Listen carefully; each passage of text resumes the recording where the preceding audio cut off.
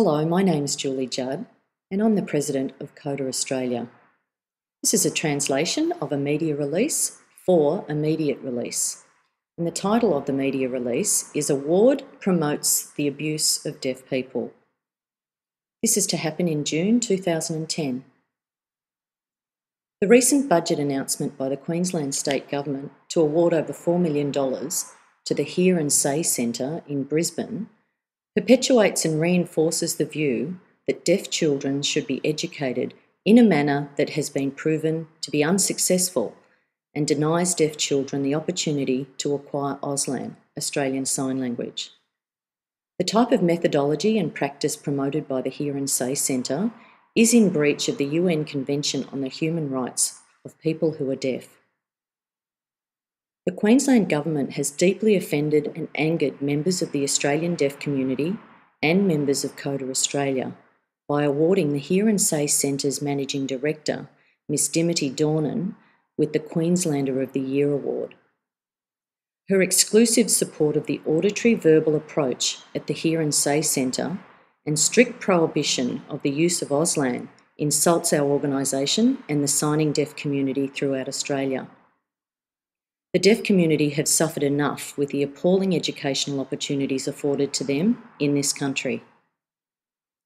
The attempt to normalise a deaf child to the detriment of their cognitive development is tantamount to criminal activity. Historically, the deaf community has endured oppression from those who belong to the majority hearing population.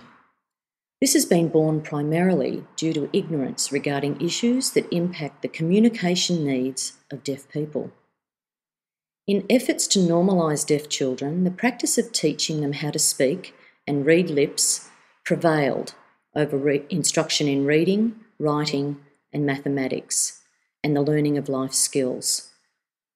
This has created a lack of awareness surrounding the value of sign language and the benefits it provides when teaching deaf children the same skills as their hearing counterparts.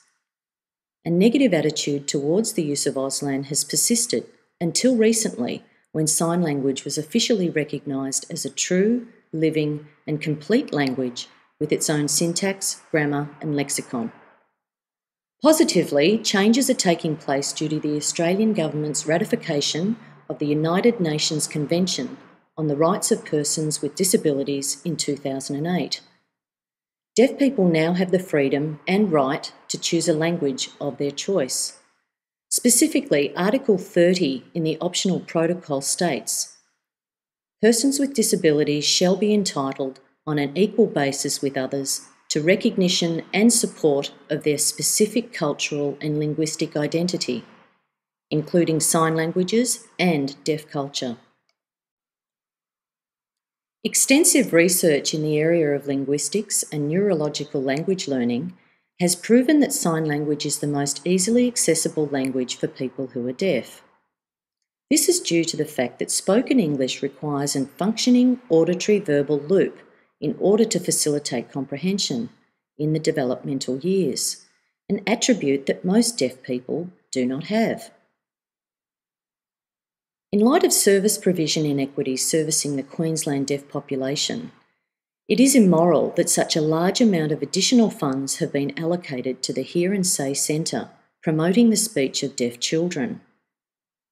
In contrast, a minimal amount of funding is allocated to adults whose lives have been disadvantaged by inadequate and ineffective educational opportunities. Consequently, this segment of the Australian community require ongoing support services in order to live independently and have equal access to generic services. These support services in many parts of Queensland are non-existent.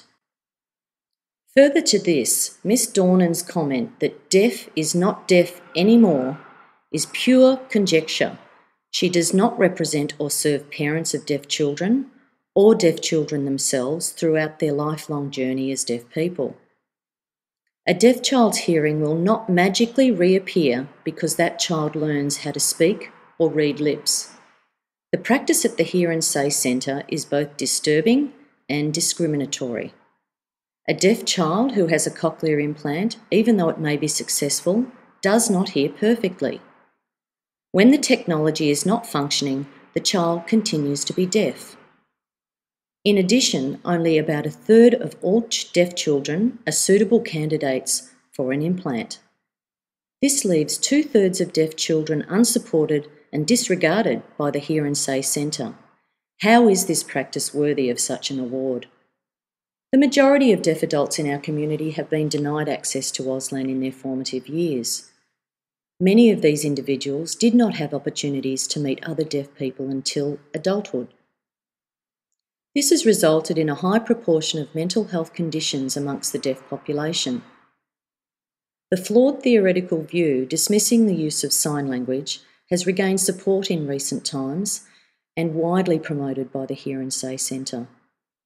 This narrow-minded approach is applauded by the state government by awarding the Hear and Say's managing director with accolades when she does not have the support of the community with which she is supposedly serving. The government has, in addition, provided substantial financial support in excess of $4 million towards the Hear and Say Centre, who do not subscribe to thorough research methodologies or apply modern research findings related to language learning and the cognitive development of deaf children. CODA, Children of Deaf Adults Australia, is a national voluntary organisation that aims to foster confident relationships with deaf parents and their children throughout the journey of life.